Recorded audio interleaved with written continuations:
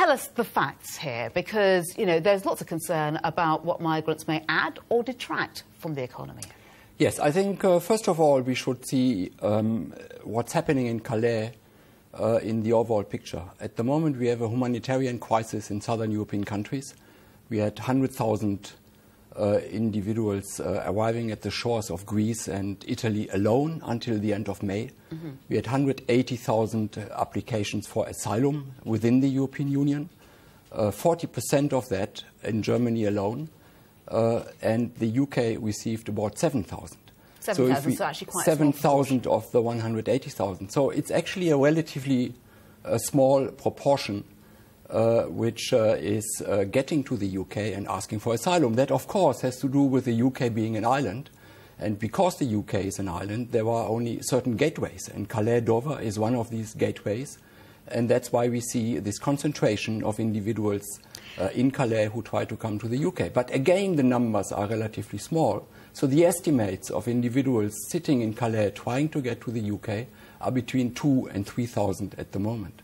So we are not really having, in the European context, the magnitude of pressure some other countries, in particular the countries at the periphery of Europe, the southern periphery of Europe, are currently facing. But at the same time, of course, we have seen an increase, as you're saying, overall in applications to Europe as a whole. It's just that we've got a small percentage of those. That is very true. But it is still an increase, of course. And what is the impact of that potentially on the UK economy? Well, I mean, given that the numbers are relatively small, I don't think that the impact will be in any way dramatic. Asylum seekers are asking for asylum while they are in the process of their application being examined. They cannot work. They have to be idle. The moment the application is approved, they will be able to join the labour market. There are some delays. And if the application is rejected, they are asked to leave the country.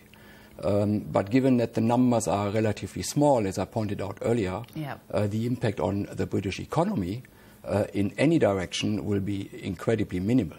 Some people will be saying, of course, they're not allowed to work, but while such migrants are waiting to hear whether or not their application has been successful, they do get paid allowances by the government. Is that absolutely? So that is a part of the Geneva Convention, and it was the result of the horrors we have seen in Europe, originating from Nazi Germany. And I am very proud to live in a part of the world where we are signatories of the Geneva Convention. And while these individuals are waiting for their applications to be approved, of course they need to be given some subsistence, otherwise they would simply die.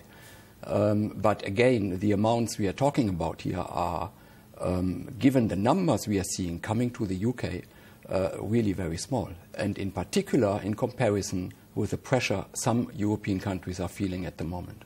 And of course, a fair proportion of applicants we know, of asylum seekers, do get their applications approved.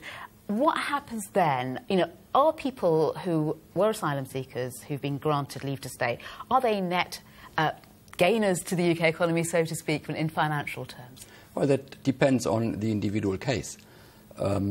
Many of those who come and make their way to Europe are, well, we say in academic language, selected. Not everybody takes the hardship, is crossing the Mediterranean and then making up the way to Europe. So we can expect many of these individuals being, well, possibly high achievers. But again, that has to be assessed on a case-by-case basis, and I cannot make any general statements how those who, say, over the last year, attained refugee status in the UK are or will be doing in the UK economy. Perhaps I can tell you that in 10 years' time, when we have had the opportunity to look at some data and assess their careers in the UK. But in very, very general terms, just briefly, if you will, it does seem to be the case, looking at your studies, that such migrants do actually contribute more to the economy than they do. Well, so again, the migrants we have been looking at in much of our work have been migrants who either came from